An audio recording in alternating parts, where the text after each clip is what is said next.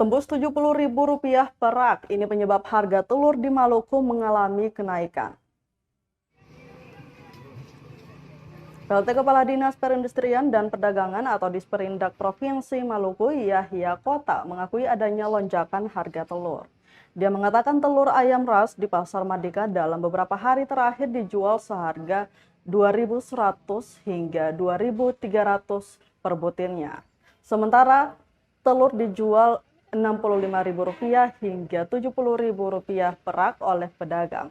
Lonjakan tersebut menurutnya diakibatkan aktivitas kapal kontainer yang menurun saat libur panjang Lebaran selama sepekan.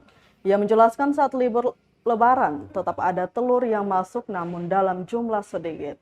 Pasalnya daya ketahanan telur cukup cepat, yakni 10-14 hari saja. Lanjutnya, lonjakan harga komoditi yang paling dicari itu tak akan bertahan lama. Yahya mengaku sudah ada 10 kontainer telur yang masuk sejak semalam. Sementara itu, malam nanti akan ada kapal spill yang juga masuk membawa sekitar 10 kontainer telur. Sehingga dalam waktu dekat ia memastikan harga telur di pasaran akan kembali normal. Saya perintahkan tim Satgas Pangan dengan teman-teman dari Dinas Bidang PKTN melakukan pengecekan ke Pelabuhan Sunarso. Sana kami berkoordinasi dengan pihak Pelindo dan informasi dari sana itu bahwa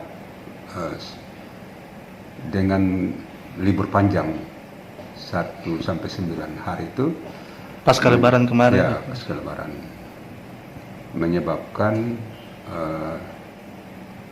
jalur pelayaran swasta seperti Tanto, Spil, Meratus itu terkendala. Orang libur, pegawai-pegawainya itu di daerah sentra, menyebabkan transportasi ini kan ada terkendalanya. Iya. Nah, di satu sisi telur ini kan tidak bisa tahan lama, paling lama itu 14 hari sekitar itu, sehingga tidak bisa ditampung dalam gudang dalam waktu yang lama. Telur itu tahannya berapa lama, Pak? Itu kan 14 hari saja itu dia punya daya tahan. 14 hari itu, Pak.